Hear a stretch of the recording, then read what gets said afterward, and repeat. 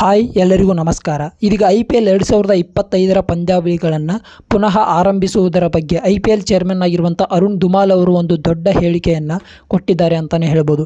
ಯಾವಾಗ ಭಾರತ ಮತ್ತು ಪಾಕಿಸ್ತಾನ ದೇಶಗಳು ಈ ಒಂದು ಯುದ್ಧ ಕದನದಿಂದ ಹಿಂದೆ ಸರಿತಾ ಇವೆ ಅಂತ ಗೊತ್ತಾದ ತಕ್ಷಣ IPL ಚೇರ್ಮನ್ ಆಗಿರುವಂತಹ ಅರುಣ್ ಧುಮಾಲ್ ಅವರು ದೊಡ್ಡ ಹೇಳಿಕೆಯನ್ನು ನೀಡುವ ಮೂಲಕ IPL ಫ್ಯಾನ್ಸ್ಗಳಿಗೆ ಒಂದು ಗುಡ್ ನ್ಯೂಸನ್ನು ಕೊಟ್ಟರು ಅಂತಲೇ ಹೇಳ್ಬೋದು.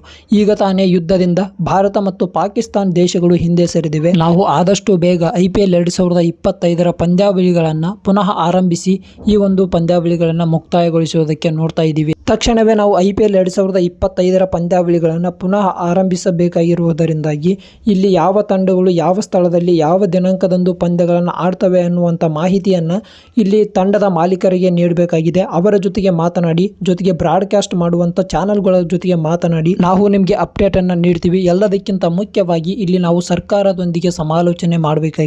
ನಾವು IPL ಪಂದ್ಯಾವಳಿಗಳನ್ನು ಯಾವಾಗ ಪ್ರಾರಂಭಿಸಬೇಕು ಅನ್ನೋದರ ಬಗ್ಗೆ ಇಂಡಿಯನ್ ಆರ್ಮಿ ಅವರು ಸಲಹೆಯನ್ನು ಕೊಟ್ಟರೆ ನಾವು ತಕ್ಷಣವೇ IPL 2025ರ ಪಂದ್ಯಾವಳಿಗಳನ್ನು ಪ್ರಾರಂಭಿಸ್ತೀವಿ ಅಂತ ಇಲ್ಲಿ IPL ಚೇರ್ಮನ್ ಆಗಿರುವಂಥ ವರುಣ್ ಧುಮಾಲ್ ಅವರು ಮಾತನಾಡಿದರು. ಇದೀಗ ಬರ್ತಾ ಇರುವಂಥ ಬಿಗ್ ಅಪ್ಡೇಟ್ಸ್ಗಳ ಪ್ರಕಾರ IPL 2025ರ ಪಂದ್ಯಾವಳಿಗಳು ಪುನಃ ಇದೇ ಮೇ 16, 2025ರಂದು ಪುನಃ ಆರಂಭವಾಗುವಂಥ ಸಾಧ್ಯತೆ ಇದೆ ಅಂತಲೇ ಹೇಳ್ಬೋದು.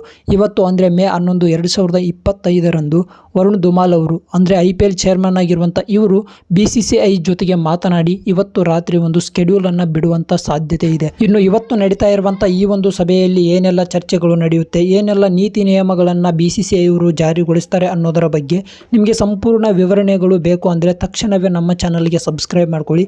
ಯಾಕಂದರೆ ಅವರು ನೀಡುವಂಥ ಪ್ರತಿಯೊಂದು ಅಪ್ಡೇಟನ್ನು ಕೂಡ ಆದಷ್ಟು ಬೇಗ ನಿಮಗೆ ತಲುಪಿಸೋದಕ್ಕೆ ನಾವು ಪ್ರಯತ್ನವನ್ನು ಮಾಡ್ತೀವಿ. ಈ ಒಂದು ವಿಡಿಯೋ ಇಷ್ಟವಾಗಿದ್ದರೆ ಒಂದೇ ಒಂದು ಲೈಕ್ ಮಾಡಿ. ಹೆಚ್ಚಿನ ಅಪ್ಡೇಟ್ಸ್ಗಳಿಗೆ ಚಾನಲನ್ನು ಸಬ್ಸ್ಕ್ರೈಬ್ ಮಾಡ್ಕೊಳ್ಳಿ. ಧನ್ಯವಾದ.